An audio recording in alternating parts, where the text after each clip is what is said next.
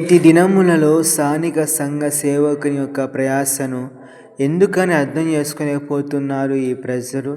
తమ వ్యక్తిగతమైన సమస్యల గురించి ప్రార్థించమని సేవకులకు చెప్తే ఈ సేవకులు వారి సమస్యలను వీరి సమస్యలుగా, వారి రోగాలు వీరి రోగాలుగా, వారి అప్పులు వీరి అప్పులుగా భావించి రాత్రింబగళ్ళు అన్నపానములు మరచి వారికి క్షేమము కలిగే వరకు ప్రార్థిస్తున్నారు. కానీ సేవకుని ప్రయాసను అర్థం చేసుకోలేకపోతున్నారు.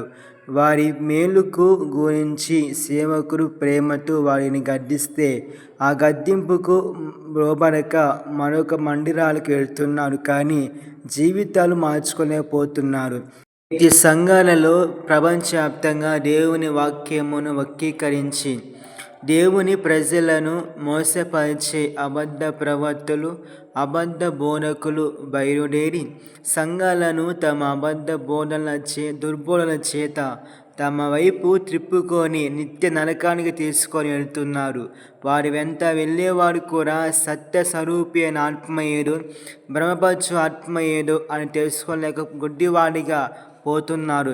ఆ సంఘాన్ని దేవుని ఎదుట సంపూర్ణముగా చేసి ఆయన ఎదుట నిలవబెట్టవలనని ఆ సేవకుడు ప్రయాసపడుతుంటే ఈ ప్రజలు ఇతబోడును సహింపక దొరద చెవులు గలవారే తమ స్వకీయ దురాశలను అనుకూలమైన బోధకులను తమ కొరకు పోగు చేసుకొని సత్యమునకు చెవినీయక కల్పన కథల వైపు తిరిగి ఉన్నారు. నేటి సంఘాలలో కూడా ఎక్కడ చూసినా కానీ దుర్బోధనల ద్వారా ప్రజలు అసత్యానికి లొంగి సత్యం నుంచి అసత్యంలోకి వెళ్తున్నారు. ఈ ప్రజలు ఒక సేవకుని బాధపెట్టి మరొక సేవకుని సంతోషపెట్టడం చాలా బాధాకరం.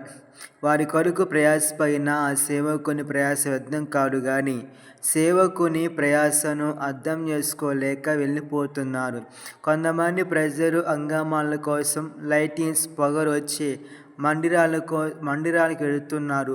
సూటు బూటు వేసుకొని వారిపైనే అభిమానం, ఆత్మీయత, ప్రేమ చూపిస్తున్నారు.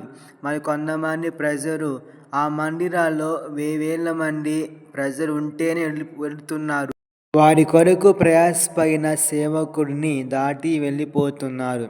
ఒకవేళ అదే సేవకుడు ఏదైనా పని మీద వారిని దాటి వెళ్ళిపోతే సేవకుడు మమ్మల్ని దాటేసి పోయారు అని అంటారు. వారి ఆరోగ్యం కొరకు సేవకుడు ప్రార్థిస్తే బాగైనాక తిరిగి చూసే పరిస్థితి లేదు. నేటి సంఘాలలో సేవకుడికి ఆరోగ్యం బాగోలేకపోతే తొంగి చూచే పరిస్థితి లేదు. కనీసం ఇప్పటికైనా మీ స్థానిక సంఘ కాపరి విలువను తెలుసుకోవాలని ఈ చిన్న ప్రయత్నం. ప్రభునందు ప్రియమైన దేవుని సంఘమా, ప్రియమైన విశ్వాసులారా, మీ కొరకు ప్రార్థించి ప్రయాసపడి సేవకుని విడిచిపెట్టి మీ కొరకు ప్రార్థించని ప్రయాసపడని బోధకులను వెంబడించి మీ కొరకు ప్రార్థించిన సేవకుని దుఃఖపరుస్తున్నారు. బైబిల్ ఈ విధంగా తెలియజేస్తుంది. హెబ్రీయులకు రాసిన పత్రిక 13వ అధ్యాయము 17వ వాక్యము ఇలా చదివిస్తుంది.